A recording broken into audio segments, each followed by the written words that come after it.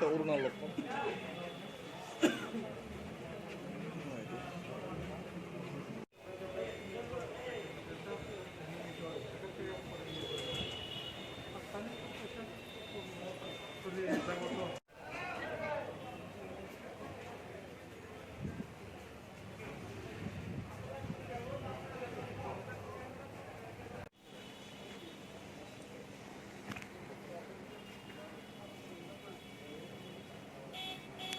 Sir একটা দুঃখের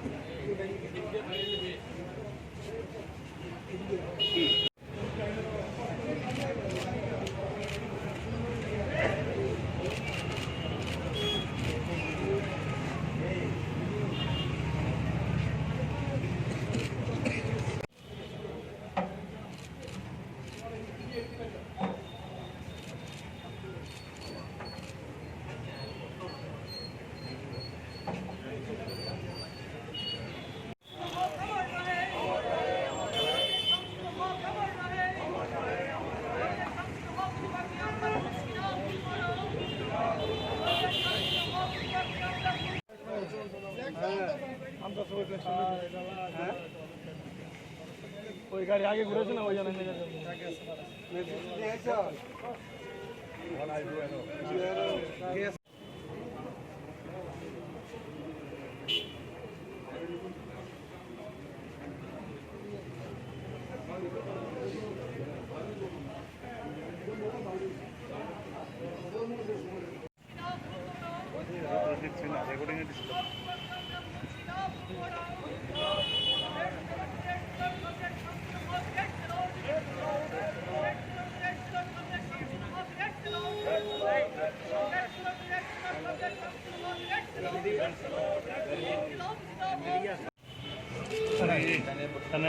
দাদা আপনি কি যান না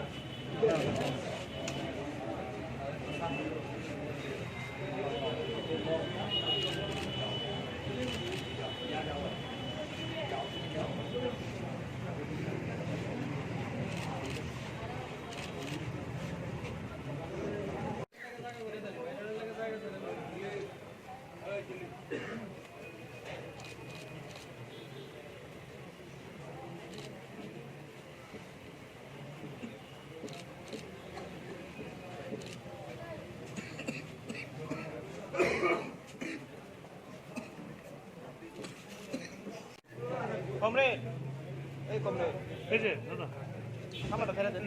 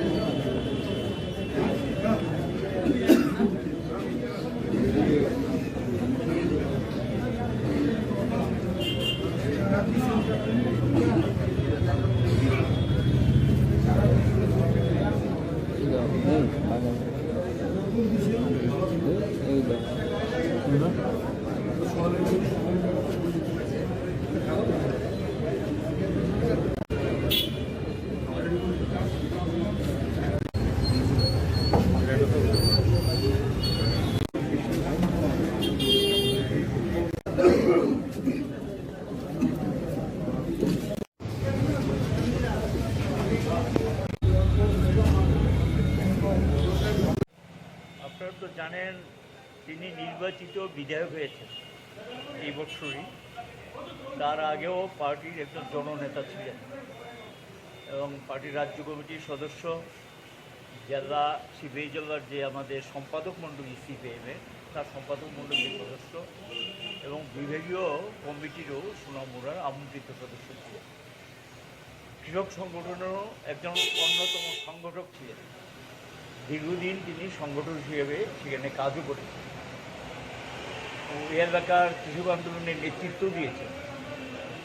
সোনামুড়ার গণ আন্দোলনের বিকাশের ক্ষেত্রে সোনামুড়া মহকুমায় এবং মানুষের মধ্যে নিবিড় সম্পর্ক গড়ে তোলার ক্ষেত্রে আমাদের শামসুর ছিলেন একটা উল্লেখযোগ্য নেতৃত্ব এবং মানুষের সঙ্গে একটা নিবিড় সম্পর্কর মধ্য দিয়েই তার গ্রহণযোগ্যতা ওই জায়গাতে যায়।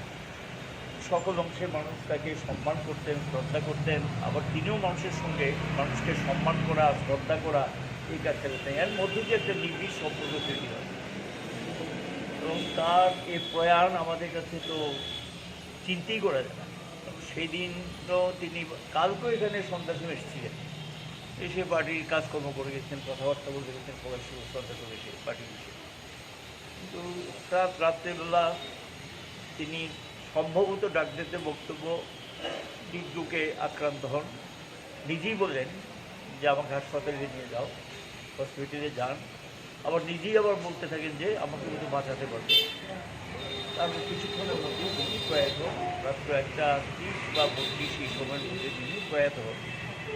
তার মৃত্যু বিরাট ক্ষতি হয়েছে, রাজ্যে গণতান্ত্রিক আন্দোলনের ক্ষতি হয়েছে এবং বিশেষ করে সাম্প্রদায়িক শক্তির বিরুদ্ধে ঐক্য একতা রক্ষা করার ক্ষেত্রে একটা দৃঢ় ভূমিকা তিনি সোনামুড়া রেখেছেন। সম্প্রীতিটা কীভাবে রক্ষা করা যায়।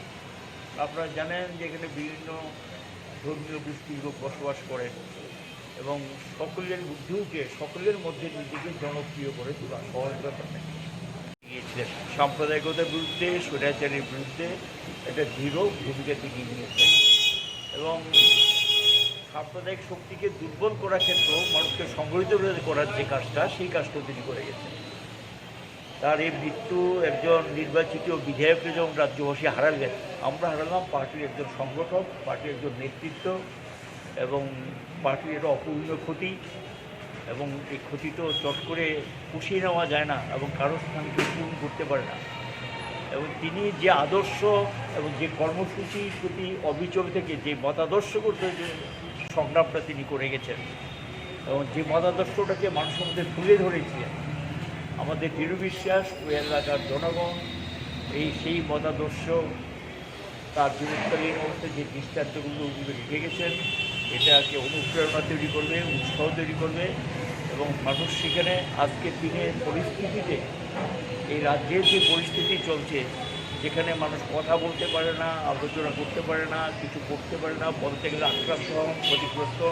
ইভেন বক্সনগর বিধানসভা কেন্দ্রটাও, যেটা আগে ছিল না, কিন্তু এইবার 18 এর পরেও ঘটনা হয়েছে কিন্তু তুলনামূলক কম। 2023-এর পর বক্সনগর বিধানসভা কেন্দ্রে কিন্তু অসংখ্য ঘটনা ঘটেছে। সেখানেও গিয়ে কিন্তু মানুষের পাশে তিনি দাঁড়াতেন, যেতেন, কথা বলতেন, শান্তি রক্ষা করার জন্য সকলকেই বলতেন যে শান্তিটা রক্ষা করুন। যার যার রাজনীতি সে করবে, কিন্তু শান্তিটা তো রক্ষা করতে হবে। শান্তি রক্ষা করার জন্য একটা ভূমিকা তিনি নিতেন। যে ওই এলাকার মানুষের কাছে একজন তাদের প্রিয় নেতাকে হারালেন এবং বলতে পারেন একজন কর্মজীবনে তাদের সাথীকারে হারিয়েছেন। আমিও সেখানে সোনামুড়াতে মাঝে মধ্যে যেতাম, কথাবার্তা আলোচনা। তার মৃত্যুতে আমরা পার্টি খুব বেদনা হতো, শোকার্ত। ভারতীয় কমিউনিস্ট পার্টি মার্ক্সবাদী আমরা নিশ্চয়ই তার শোকসন্তপ্ত পরিবারদের পরিজনদের প্রতি সমবেদনা জানাচ্ছি এবং ব্যক্তিগতভাবেও কমরেড শামসুরের প্রতি আমার শ্রদ্ধা নিবেদন করে তার শোকসন্তপ্ত পরিবার পরিজনদের প্রতি আমার শ্রদ্ধা জানাচ্ছি। এবং আশা করি যে আদর্শের জন্য তিনি লড়াই করে গেছেন, এই লড়াইকে সকলকে মিলে এগিয়ে নিয়ে যাব, এটি তার প্রতি প্রকৃত অর্থে শ্রদ্ধা নিবেদন করা হবে।